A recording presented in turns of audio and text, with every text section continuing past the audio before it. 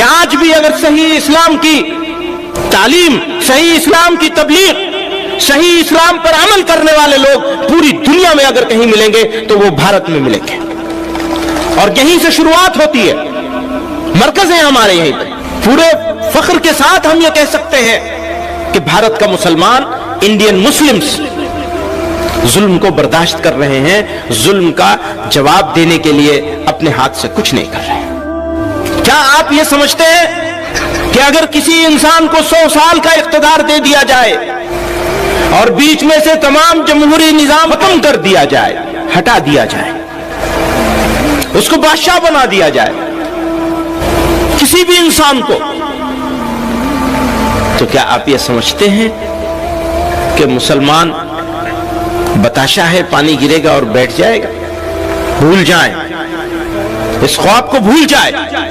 اگر کسی نے یہ خواب دیکھا ہے بدمستی کا تو اس خواب کو بھول جائے۔ جب تک قیامت نہیں آئے گی، جب تک قیامت نہیں آئے گی، تب تک اس سرزمین کو مسلمان اپنے سجدوں سے آباد کرتا رہے گا انشاءاللہ۔ خطرہ وہاں سے نہیں ہے، خطرہ تو اندر سے ہے۔ مشکل اندر ہے، باہر نہیں ہے۔ ہم باہر ڈھونڈ رہے ہیں، اندر کی مشکل کو بھول گئے۔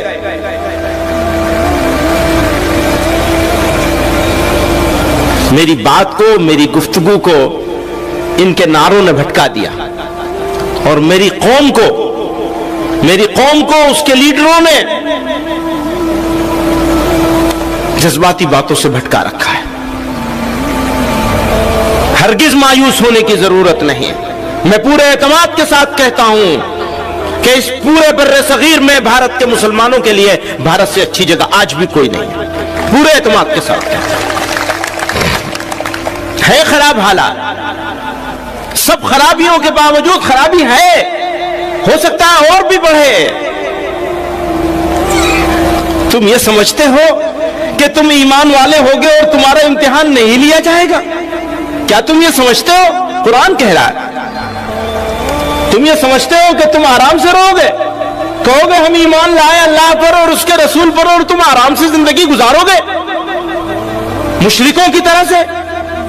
تم آرام سے زندگی گزارو گے ان لوگوں کی طرح سے جو ایمان کی نعمت سے محروم رہ گئے؟ یہ کبھی نہیں ہونے والا ہے، یہ کبھی نہیں ہونے والا ہے۔ تمہارا ایمان اس بات کی علامت اور پہچان ہے کہ تمہیں تپایا جائے گا، تمہیں گرم کیا جائے گا، تمہیں تیار کیا جائے گا اس پروردگار کے سامنے پیش ہونے کے لیے۔ تو حالات سے گھبرانا یہ مسلمان کی شان نہیں ہے، یہ ایمان کی پہچان کے خلاف ہے۔ یہ حالات سے مسلمان گھبرا جائے گا؟ ہم تب نہیں گھبراہٹ میں آئے جب ہمارے دوست، ہمارے چاہنے والے، ہماری چاہت کا دعویٰ کرنے والے ہمارا جنازہ پڑھ کے اس ملک سے جا رہے تھے۔ آج ہم ان کے ملک سے بڑا ملک یہاں لے کے بیٹھے ہوئے ہیں۔ وہ گئے تھے یہ کہہ کر کے کہ تمہارا جنازہ پڑھ کے جا رہے ہیں، وہ گئے تھے یہ کہہ کر کے کہ تم مرتد بنا لیے جاؤ گے۔ مقابلہ کر لیجئے ان کے ایمان کا اور ہمارے ایمان کا، موازنہ کر لیجئے۔ نہ تعداد میں وہ ہمارے برابر ہیں، نہ ایمانی حمیت میں وہ ہمارے برابر ہیں، نہ ہمارے اداروں میں وہ ہمارے برابر ہیں، نہ وہ ہماری دین کے کاموں میں وہ ہمارے برابر ہیں۔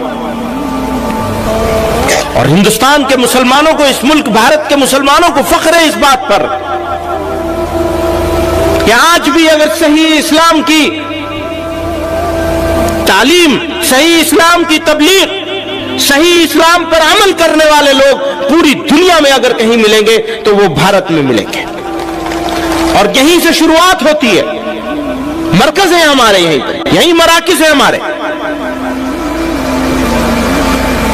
تو ہرگز مایوس ہونے کی ضرورت نہیں، کوئی گھبراہٹ کی چیز نہیں ہے۔ ہاں حالات آئیں گے،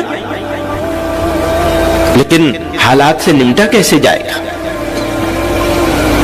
اینٹ کا جواب پتھر سے دیا جائے گا۔ ایک طریقہ یہ ہوتا ہے نمٹنے کا،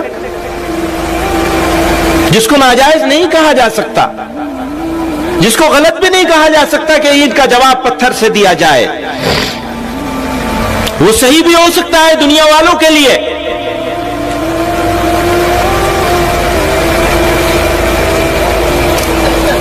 لیکن ذرا آئیے اور اب سے 1400-1500 سال پیچھے چلیے، واپس جائیے، اور جن پر ہمارا سب کچھ قربان، جن کے واسطے سے اللہ رب العزت نے ہم کو تمام عزتوں سے، بلندیوں سے نوازا،